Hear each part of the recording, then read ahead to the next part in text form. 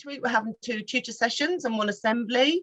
And a key thing that we are using and that we are driving within our tutor sessions are lots of debates we're using the day, which is an amazing resource. There's lots of debates in there, quizzes, presentations for tutor time, saves you a lot of time. Can be used across the whole school, but particularly good for sixth form. Lots of challenging questions in there as well to open up discussions.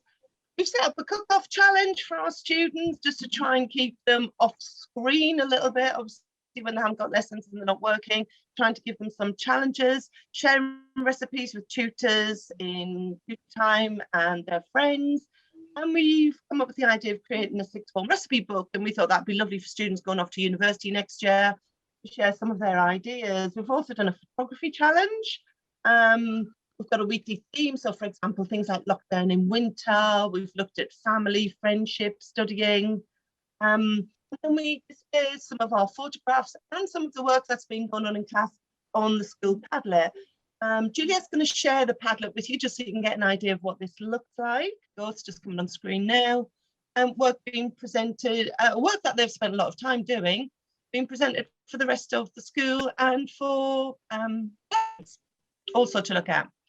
So we are really trying to get students motivated outside of lesson time, also encouraging them, as I'm sure lots of you are, to be physically active.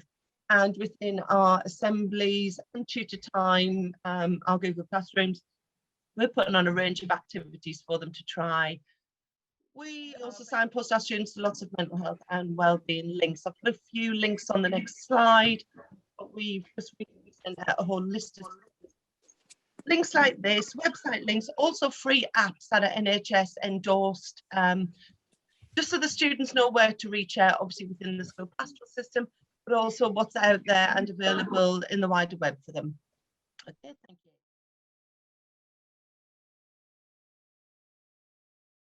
I've got an iPad, and Tom and a couple of other teachers have a tablet where you're able to actually show your notations, your working, your methods, so that their students are very much capable and much easier to follow what you're actually doing.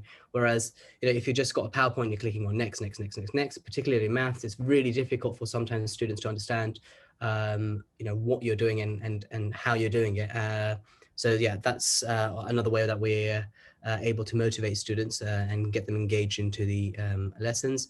Sending out like little clips and snippets of online videos from a variety of areas just to build on the core learning and widen their subject knowledge is another idea as well that we've been posting as well.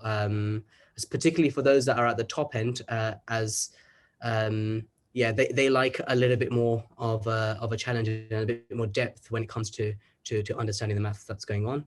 And particularly with larger groups, so what we've done is obviously with using Google Classroom and the breakout sessions for intervention within the class as well. So, if a couple of students don't understand the methodology that you've used, or if there's a particularly difficult question where only a few students aren't too sure what to do, you can go off and break out and then model and go through the problems like so.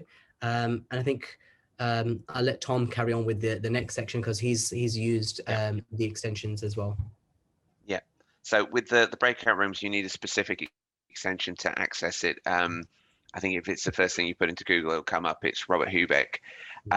Just building off that, like Cam was saying, also if you're getting their independent study back and there's a particular question that's causing problems, you can always you can tell particular students, not pick on them, but get them to say, okay, can you come over to here? We'll go through it with them. And then you're not going through it in front of the rest of the class.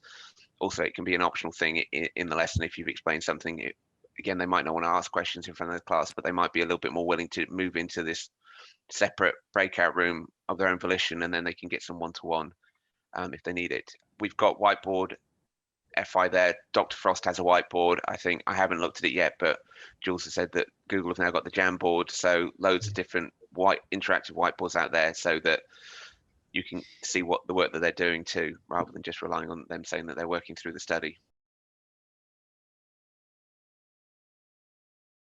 I'm going to talk briefly about what we do in MFL, which sometimes can be a little bit niche, but you can actually use a lot of these things in all other subjects. What we found a lot with our students is that feedback is key, and losing engagement, losing interest when you're on your own in your bedroom could be quite, something that all our students are going through at the moment. And feedback, when it's verbal, when they see you, it's really important that you actually touching base with them. So whether you do that with your MOT extensions, whether you're doing breakout rooms, or as you can see at the end in languages, we do a lot of one-to-one. They have a Google Meet once a week. All of them have a Google Meet with one of us. And we touch base. How are you? How's things getting on? How you revising? How you planning your days and so on? So that's really key and important. Whatever subject you teach, is you have that verbal feedback with them, that contact with them regularly. We are very focused in languages, keeping them focused with their objective, their assessment objectives and the skills, because we're very conscious that, they need to go into universities, and that's the focus now. There is a life after COVID, literally, that's what I put here.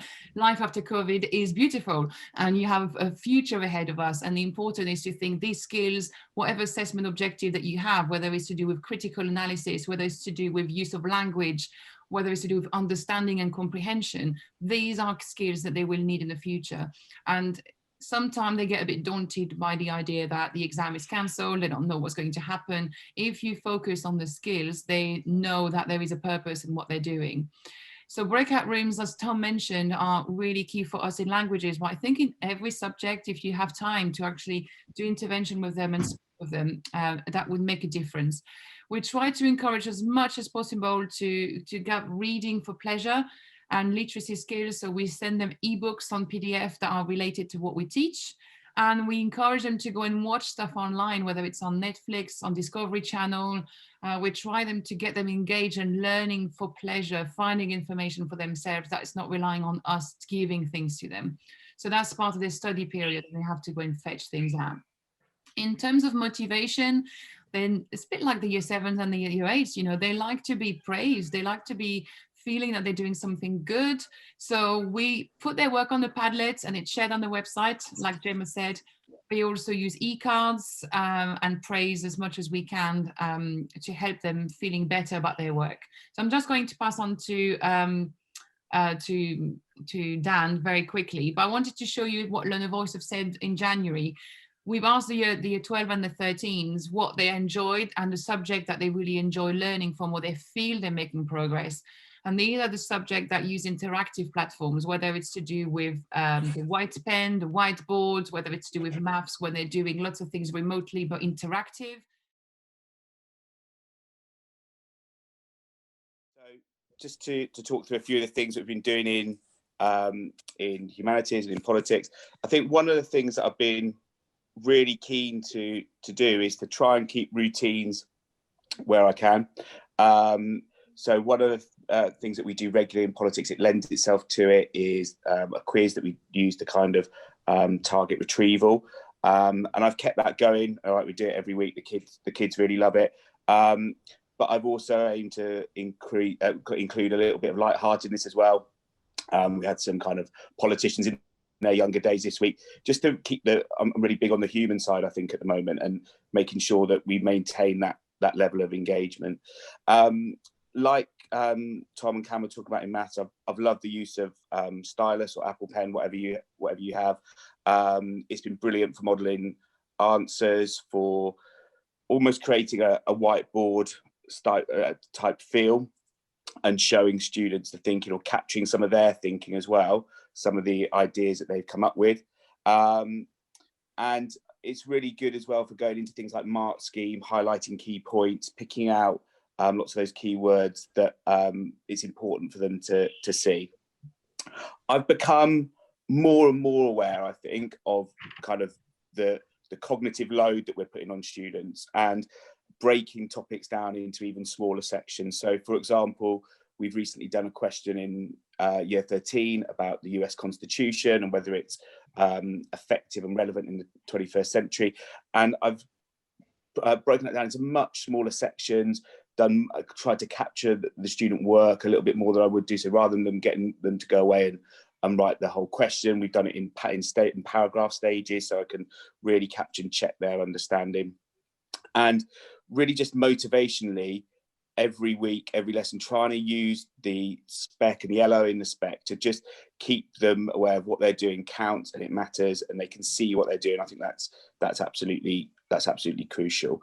And you know, we're lucky in politics that the current situation, there's still loads going on. So things like the presidential inauguration, anything that happens to do with maybe COVID or stuff to do with the government, I want to kind of make those points of discussion, because obviously they're living it, they're experiencing it, and you know, we want to bring that into the classroom where we are. And I think finally, just coming back to that human side, not kind of turning off the computer as soon as the lesson's finished, having a word, checking in with them. You know, I had some of my year 13 suggesting kind of recipes and things like that. Just that, trying to recreate as much as you can, maybe some of that extracurricular talk that you'd have when students are coming in and out of your lesson. So yeah, those are some of the things that I've been doing over the last few weeks. We do talk about mislearning, and a lot of subject teachers are really worried about mislearning, especially our science and scientists. We do guide independent reading studies. We try to, as much as possible, to guide them what to do, because sometimes they feel like they don't know what to do with their time, or they're trying to cut their tail, trying to finish the work for a teacher. So it's quite important that we guide their study and give them exactly, you've got 60 minutes to do this piece of work, or would like to in your study period to do this research or watch this documentary. So try to guide them so then they feel there is a structure for their day, and it's not just like working. And do tell them 4 o'clock, just switch off, go for a walk. But it's difficult. Not all of them want to do that. So we find in science, they do like to pay more attention to core topics, because they know those are the things that they will need in universities, especially for the medics who are actually planning to go into do their science. They have a lot of topic lists and books and research articles that they have set them to do in study period, for them to expand their research and getting ready for year 1 for those who are going to go and study sciences at universities. They've had also a lot of support with the entrance exams, especially with the virtual work experience that they have been doing, and they're currently doing it at the moment. And we've been encouraging the summer schools for year 12 and for 13s. They are out there now. They are actually ready for people to enroll. So have a look at them. It really makes them have a focus that I can do something in the summer that actually will mean something to me.